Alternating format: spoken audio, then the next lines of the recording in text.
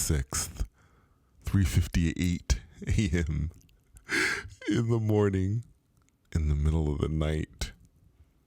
You obviously know why I am here speaking with you this early morning, and it is because I just had a very interesting experience. And it's interesting, it's interesting for a few reasons, but I think with this one, I was able to retain a lot from this experience.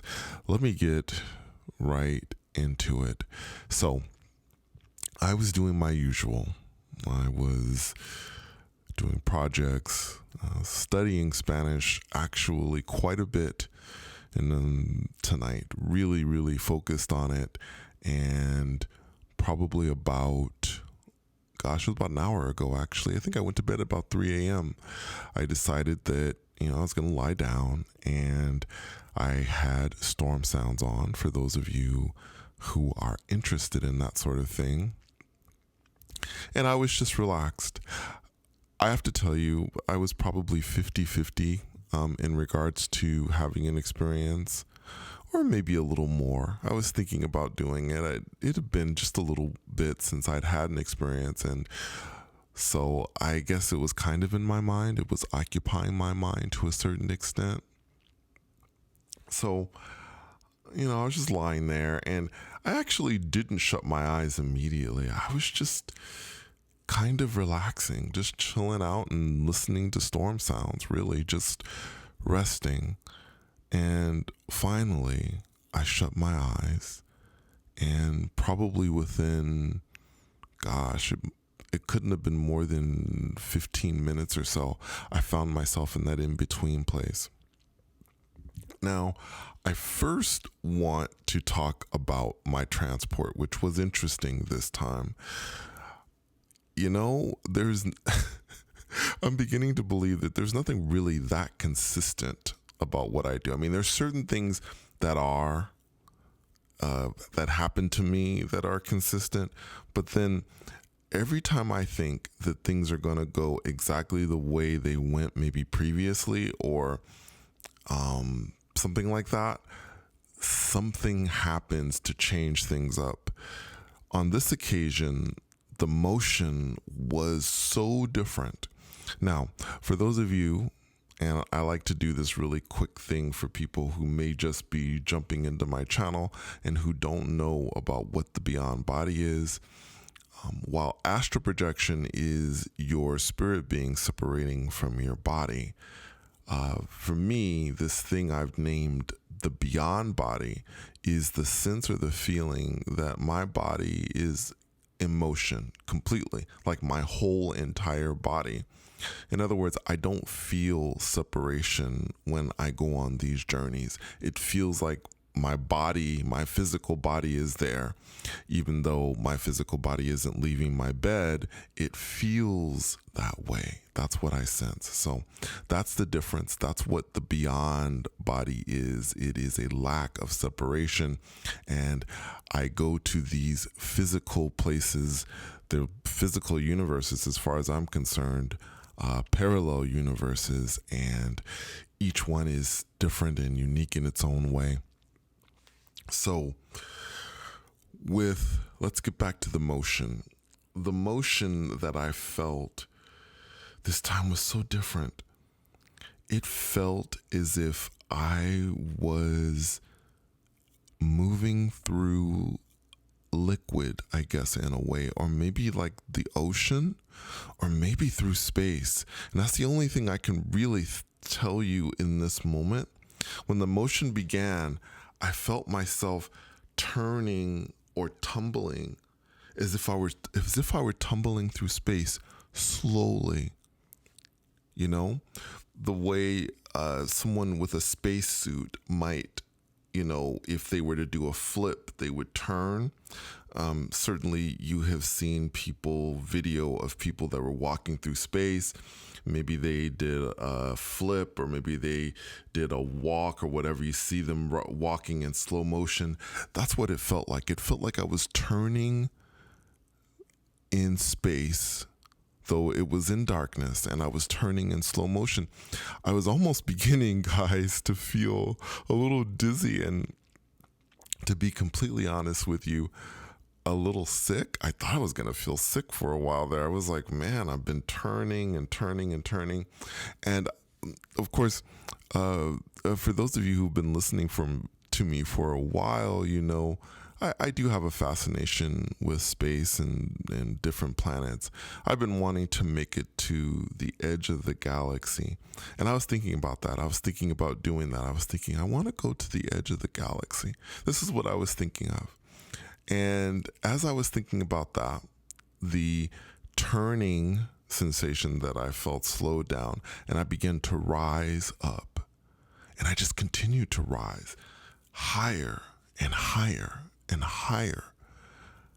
And at one point, I came out. I was suddenly in a house. And I have to tell you, when I first entered this house, it felt like I tripped over my own feet. And I think I stumbled a little bit when I came in. But as I was rising up, once I came to a certain point, it seemed as if I popped into this place, I guess, in a way, or something, a force pushed me up into it and I stumbled. But yeah, I was in a house. It was dark. I remember the first thing I saw was the refrigerator, and I saw a picture, and the picture looked like, this is so weird. The first thing I thought to myself, because I'm trying to get better at remembering these things. So as I think I had said before in one of my previous experiences, one of the things that I like to do to remember is to just to put one word, to assign one word to something that I see. And the one word that I assigned to what I saw, some picture on the refrigerator, was boxers, like a boxer, like a fighter. And I thought of toy boxers, like a toy, like if you were to have a toy set of boxers and fighting. And that's what it looked like. I don't know. It was really, really strange. The toys in the picture didn't seem to have faces, which was really weird. But I do remember that. I remember saying that. The other thing in this place, and by the way, it was dark and it didn't seem like anyone was there. So I saw what I perceived to be bananas. And I'm telling you guys, I saw so many bananas. Every nook and cranny of this area, in the kitchen, on the tables, these bananas were everywhere. And I thought, man, whoever this is, whoever this is must really enjoy bananas, because there's a lot of them. A lot of bananas were in this place, or at least I perceived the things I was seeing to be bananas. Now I know through these experiences, as I've gone through these experiences, that my mind is translating what it's seeing. And to a certain extent, if it doesn't understand something, it'll come to the conclusion that whatever it is that I'm seeing is an object, and that object will be close to maybe what it is, or the closest that my mind can come to it. So the translation was bananas, and there were bananas everywhere in this place. And I was just checking out, to me, it was quite interesting. I moved to another section of the house after hanging out in the kitchen and seeing all these bananas. And I think I was near the front door. Near the front door, I saw two ladies. They were talking with one another. I'm not sure what the conversation was really about. There was one lady who seemed to have blondish hair. She was older, maybe in her 30s, attractive. But it was interesting because when I first saw the blonde hair, I thought of a wig at first. Like, it looked fake to me. But then as I looked more at it, it didn't look as fake anymore. She was having a conversation with a younger woman This younger woman was probably in her late teens, maybe 18, 19 years old, dark hair. She almost looked like she could be of Indian heritage to me. So you had this blonde woman and you had this much younger lady, and they were having this conversation. And I don't know why. I guess I was feeling bold with this experience as I was standing there. They weren't able to see me actually at first. And I just said, hey, excuse me, hey. I tried to get their attention. Now, when I did this, they did not respond. And it was as if I wasn't there. And I kept saying, hey, hey, can you hear me? Now, I've told you guys before about being in houses and how I feel about that. You know, it's so interesting when you're actually there. I mean, I know there's people that astral project. Maybe those of you who astral project don't feel this way, and I've talked about this before. I feel when I'm in a strange house that someone's going to, if someone were to see me, they would freak out, because I don't go into strangers' houses, I don't go into people's houses, so I figured that if they see me that they might panic. For some reason this time though, I decided, hey, I'm just going to go ahead and do it. I'm going to try and get in contact. I don't know if these people are going to scream. I was ready if they did scream or yell to basically in my mind go, I want to be back, and then be back in my body. But I thought I'd take the chance. Anyway, they weren't able to hear me.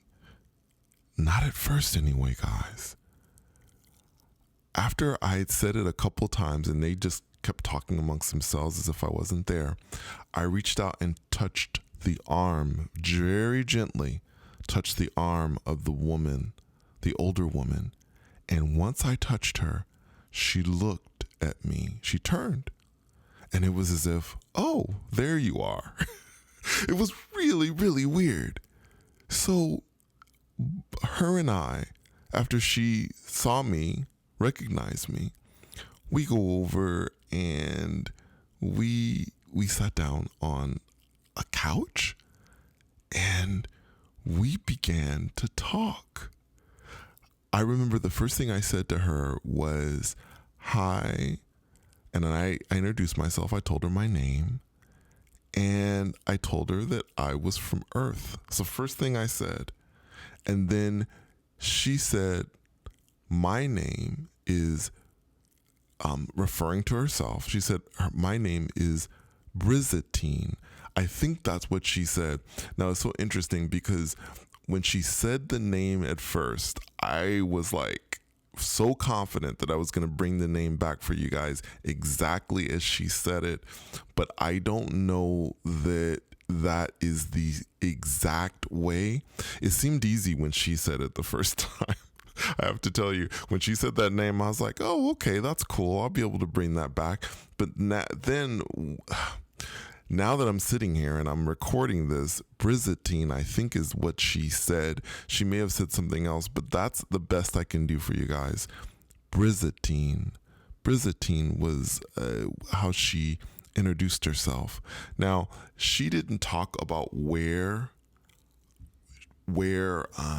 she didn't talk about where she was or where we were in that moment, and what world this was that I was on. But interestingly enough, she did ask me about the Soviet Union. It was very interesting. She asked me about it, and I don't recall if she asked me if it was still around or how it was doing. She may have asked me both. She may have asked me how it was, and then she may have asked me, how's it doing? But she brought up the Soviet Union, and it was interesting because I very quickly realized or understood, or not realized, but of course I know that the Soviet Union no longer exists anymore. There's just Russia, really. But the way she asked me, it gave me the impression that this person had visited our reality or our world before. And perhaps the last time this person had visited, the Soviet Union was in existence. So I don't remember exactly how I explained it. I probably told her that the Soviet Union didn't exist anymore, but I don't recall the exact words. And I think in my mind, at that point, I started thinking, I want her to tell me her name again so I can get it right. And so I could have it right for you guys once I bring it back here and I do the video and everything. So that's kind of something I was thinking about as I was sitting and talking with her.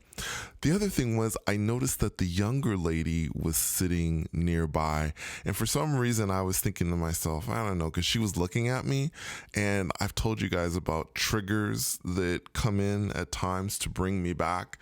And I was thinking this younger lady might be a trigger to bring me back to my apartment, back to the 3D world again.